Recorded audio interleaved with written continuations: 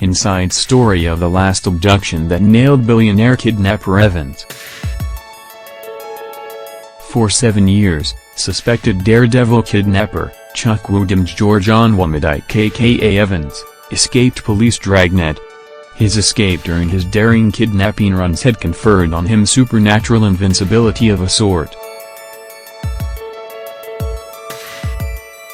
His reign, however, came to an end last Saturday, after a police special squad led by Abba Kyari, an assistant commissioner of police, ACP, arrested him at his No. 3, Fred Shoboyede Street, Magodo, Lagos home, after a fierce gun battle which lasted several hours. An abduction carried out by his gang on February 14 this year had paved way for his demystification.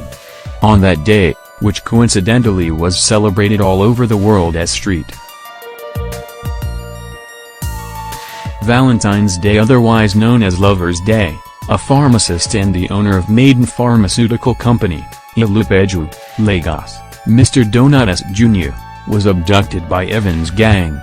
Jr. had barely left his office in the evening when he was blocked by a vehicle. Before he knew it, Evans' gun-wielding men had stepped out of the vehicle and bundled the pharmacist into their vehicle and sped off to No. 21, Prophet Asa Close, New Igndo, a Lagos suburb where he was kept for 3 months. Evans subsequently demanded the payment of a sum of €1 million as ransom. Despite efforts to make Evans see reason and reduce the money, he would have none of it, even after a sum of $100 million had been paid to him. It was either the money was paid or Jr. paid with his life. While looking for the money, Jr.'s wife, who is also a director of the company, staff members organized prayers for the safe return of their boss. One of the workers said, "We did not only pray but engaged in fasting too. Who will not pray and fast if his or her boss was in such condition? It was really traumatic for us." Police parade kidnappers including Evans. Unknown to Jr.'s wife and his workers, the person who gave the information leading to Jr.'s abduction was one of the staff members of the company, identified as Amika, who was employed about 5 years ago. At the gang's den in New Igndo, where Jr. was kept, he had given up hope on the possibility of regaining his freedom. But he had a big break in the early hours of Friday, May 12, 2017. While his captors were deep in sleep. Despite losing his weight, Jr. managed to wriggle out of the leg cuff he was held with. He was only wearing a pair of shorts and white singlet. A perimeter fence with broken bottles was to become a major obstacle to his escape, but the victim used his bare hands to maneuver the shattered bottles and climbed his way to freedom. It was learned that when he landed into an adjoining building, he was mistaken for a fleeing robber or cultist. Security guards raised the alarm which attracted neighbors to the scene, and it was Providence that saved him from being lynched by a mob. One of the security guards who asked not to be named said, "I just came to my duty post that day when I started hearing the shout of thief. Thief. I came out and saw this fair-complexioned man running towards me. I stopped him near the mini-tanker," he pointed at a decrepit stationary tanker. He was wearing only his boxer with his white singlet placed on his shoulder. There was fear in his eyes and he looked sick and traumatized. His body was blood-stained and there were injuries on his legs, probably because he had been cuffed on his legs for a long time. Some people were unwilling to listen to him and they wanted to take him away. I said no, they should leave him here and instead call the elders of the community. I took him to the front of that 4-square church and told him to sit at the entrance of the church. I then asked how much the kidnappers were demanding from him and how much he had paid, and he said they were demanding N 500M and he had paid about N 100M. We then took him to the Igndo Divisional Police Station. Later that afternoon, the operatives of Special Anti-Robbery Squad, SARS, returned with him to the street, but he was so tired and sick, he did not even come out of the vehicle. They broke into the compound, but the kidnappers had escaped.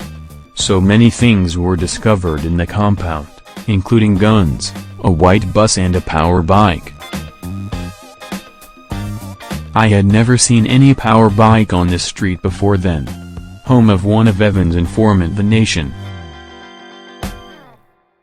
Number 21 Prophetessa Close, where Junior was kept, is at the end of a close facing the entrance to the street. The compound has only a single bungalow. The compound is covered with interlocking stones. It is a study in irony. Carved on the gate is the sentence, "Jesus is alive." There is a doorbell on the left side of the gate. Observing the building closely, it is easy to see why the kidnappers settled for it. It is a single bungalow, so no noisy neighbor or neighbors to snoop into their business.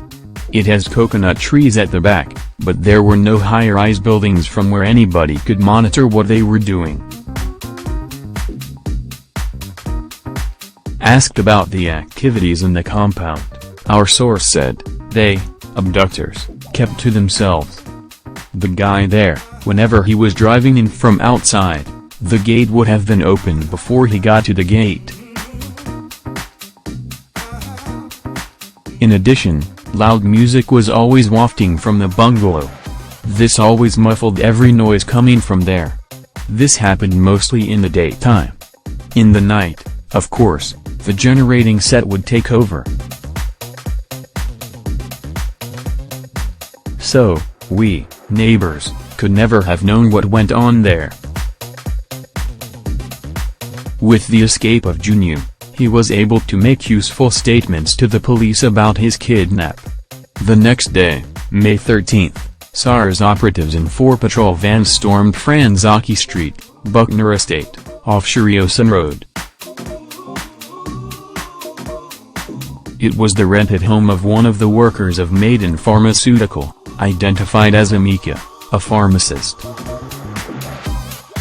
He is from Oguta, Imo State, and in his late 30s or early 40s, he has a wife and a child, according to the residents, who were rattled by the early morning raid. Amika was whisked away from his house by the police. Since then, the resident said he has not returned.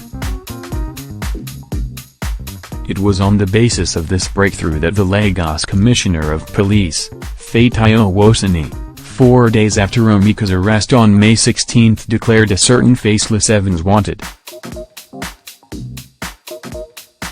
He said, "We are encouraging Nigerians to blow the whistle on this kidnapper.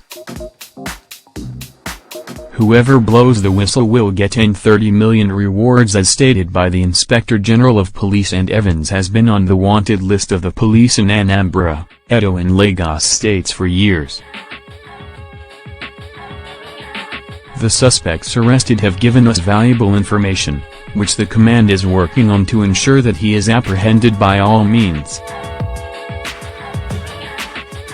Operatives of the Inspector General of Police's anti-kidnapping team went into action, and with the aid of high-tech equipment, they were able to track key members of the kidnap syndicate, rounded them up and then set the stage for the final arrest of Evans.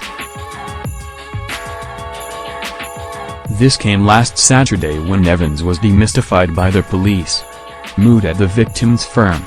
At the headquarters of Maiden Pharmaceutical Company Limited at 15 Wilmer Street, Ilupeju, Lagos, the atmosphere was subdued. The workers discussed in a low tone. There were several innuendos about a certain Amika from Oguta. Both Mr. Donatus Jr., the chairman of the company, and his wife, the managing director, were not on seat.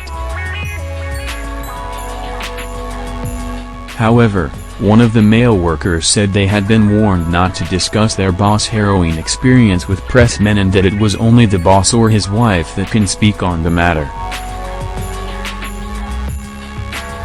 Pressed further, he described his boss' escape as miraculous. When shown the picture of the compound where Junu was kept with the inscription "Jesus is alive," he exclaimed, "Indeed, Jesus is alive."